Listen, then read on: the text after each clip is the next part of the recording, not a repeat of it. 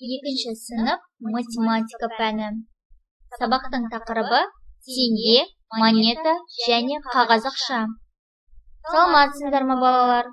Математика сабағын бастаймыз. Бүгінгі сабағымыздың тақырыбы теңге, монета және қағаз ақша. Бүгінгі сабақта монеталарды ажыратуды және олармен әртүрлі амалдарды орындауды үйренесіңдер. Бірінші мысалға назар аударайық. Суреттегі қағаз ақшаға және монеталарға қараймыз. Балалар, 500 теңгелік қағаз ақшаны қалай сақтауға болады? 500 теңгелік қағаз ақшаны 200 теңгелік қағаз ақшаға және 100 теңгелік монетаға сақтауға болады. Ал 200 теңгелік қағаз ақшаны 200 теңгелік монетаға сақтауға болады. Ал 100 теңгелік монетаны 250 теңгелік монетаға сақтауға болады. Балалар, 1000 теңгелік қағаз ақшаны қалай сақтауға болады? 1000 теңгелік қағаз ақшаны 500 теңгелік қағаз ақшаға сақтауға болады екен. 1000 теңгені басқа да әртүрлі жолмен сақтауға болады.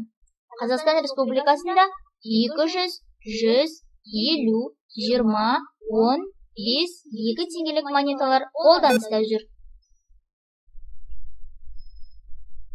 Келесі екінші есепке назар аударамыз. Сырым мен Әлия теңге ілу ойынын көруге келді. Ойыншылар аттың үстінде шауып келе жатып, жердегі теңгені іліп алуы тиіс.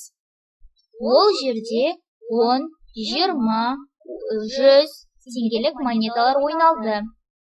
Бұл теңге ілу ойынына Дәулет, Қанат және Самат қатысты. Ал енді балалар, әр балада неше монета бар екенін есептеп көрейік. Мысалы, Дәулет 100 теңгелік 2 монета, 50 теңгелік 2 монета іліп алды. Ал Қанат 100 теңгелік 4 монета іліп алды. Самат 100 теңгелік 3 монета, 50 теңгелік 2 монетаны алды. Ал енді балалар, әр балада неше монетадан бар? Әр балада неше теңге болды? Қайсының монетасы бәрінен артық? Қайсының ақшасы бәрінен аз? Осы есепті өздерің есептеп көріңдер. Есептің жауабын тексеріп, берілген сұрақтарға жауап берейік. Яғни бұл жерде сұрақтардың дұрыс жауабы. Балалардың жауабы мен өзімнің жауабымды тексеріп, балаларды ең соңында қалыптастырушы бағалаумен бағалаймын. Яғни, егер балалардың жауаптары дұрыс болса, жарайсыңдар балалар деп, оларды бағалауға тырысамын.